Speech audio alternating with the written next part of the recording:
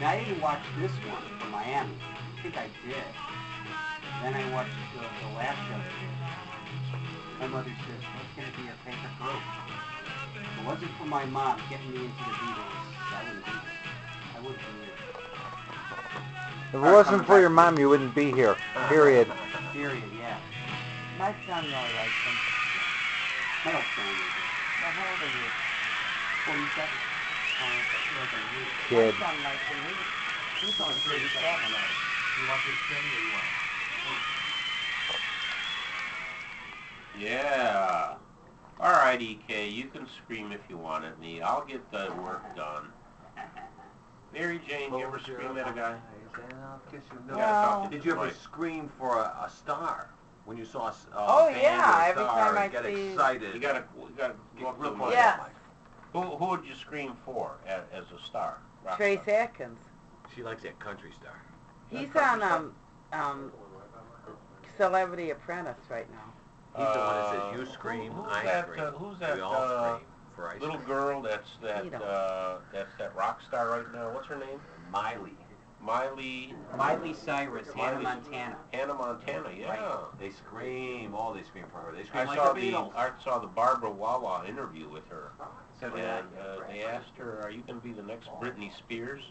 Basically, she said, "I hope not." Oh, boy, oh, boy. Well, you know, her dad, what was her dad? Billy Ray. Billy Ray Cyrus, he had a big hit called Achy Breaky Heart. One of Hit Wanderer, the and Eddie Bird. all-time I've biggest seen, records of all time. That song I've seen sold more Billy Ray copies. Cyrus and really like him. And you screamed when he came on? Mm, Yes, you did. You can break Of course my you did. heart. Achy How's the breaky dance heart. forward? Brad? You can break my heart. All right, if Like you want to Achy chime Breaky in Heart. on 1964, call me here at WPON Studios, 248-557-1460. Heard around the world on WPON.com. And I just want to mention that week ending 2/8/64, Billboard Hot 100. Number 1, I Want to Hold Your Hand. Number 7, She Loves You. By week ending 2/15, She Loves You was number 3. Of course, I Want to Hold Your Hand is number 1. And somewhere in the mix, I think at number 97, Please Please Me. And God knows where in this Hot 100 the other Beatles songs were already climbing the charts.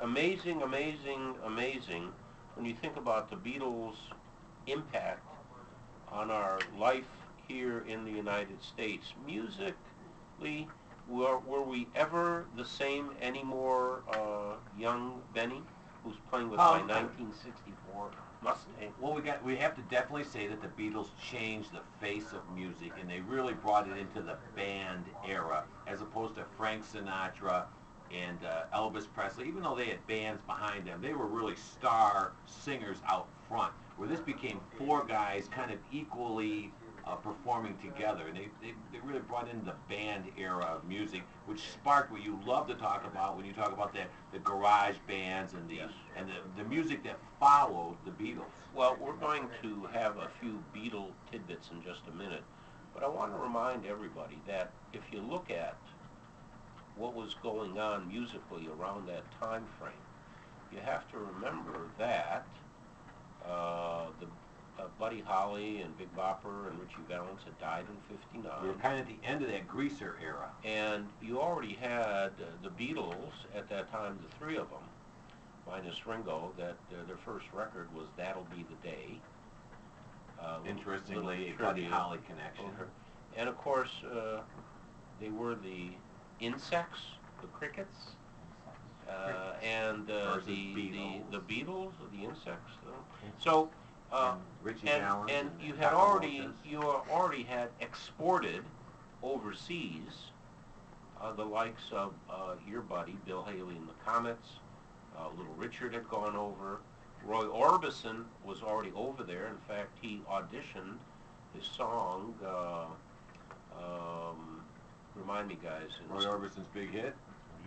Pretty Woman. Pretty Woman Yeah, in Pretty Woman. '63 for the Beatles. Of course, was a big hit for him in '64, and so a lot of things. And of course, in that time frame, the late '50s, early '60s, Chuck Berry had ducked out.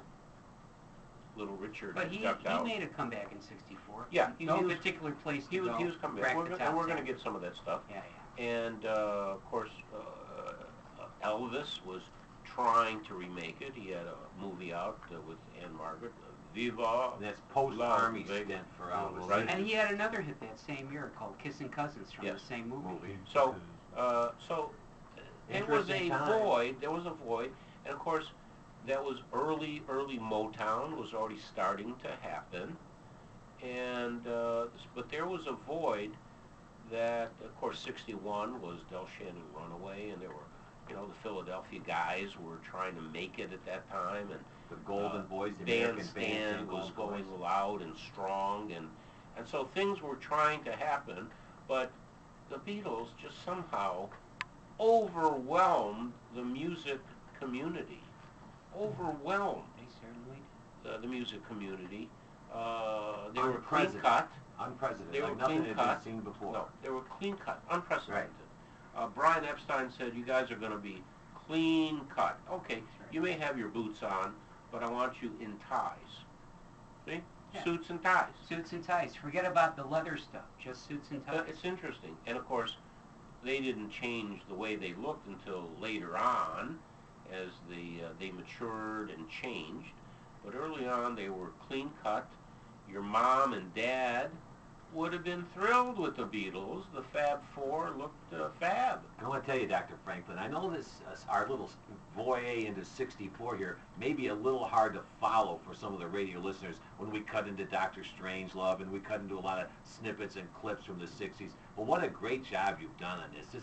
It's part, I've chuckled great several job. times listening to some of the cut-ins and cut-outs. And And so I know that our audience probably has to pay attention. Like a lot of people like to listen to radio and don't pay attention. This is a show you're going to have to pay attention to follow. Contrasts that were occurring Yes. in '64 We've gone from were the truly heights amazing. to the... Now, remember, I went into this wanting to impress Beatle Brad, talking about the Beatles He's in done a good 64. job. He's done a good job. But Impressed. as you research '64, Ah. you find dramatic movies. My Fair Lady, Mary Poppins, Dr. Strangelove. We're going to play a little cut in 7 Days in May in just a minute. What about Failsafe? Wasn't that popular that year? Burt Lang, which one? Failsafe? Failsafe. Yeah. I think that was one of the movies, but we're not going to get to that. But we're going to do another alternative thing called 7 Days in May in just a few minutes.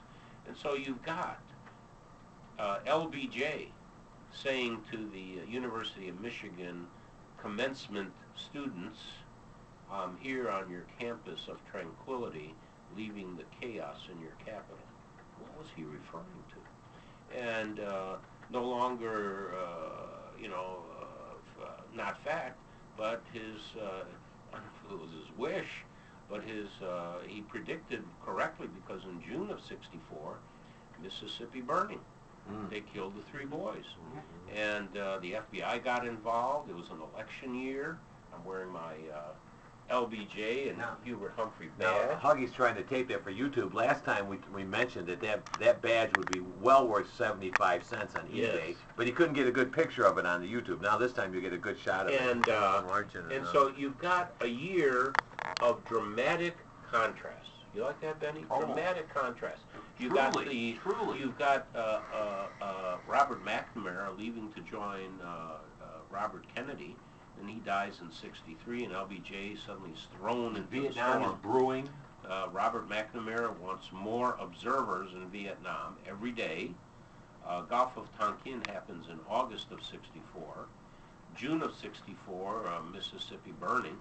Medgar Evers was killed somewhere in '64 early. And you were a little 11th grader running around having a good time then. Having totally oblivious to a lot of Yeah. this stuff. You heard Walter Cronkite say, "And that's the way it was, June 7th, 1964, Huntley and as the Brinkley. Beatles landed at JFK."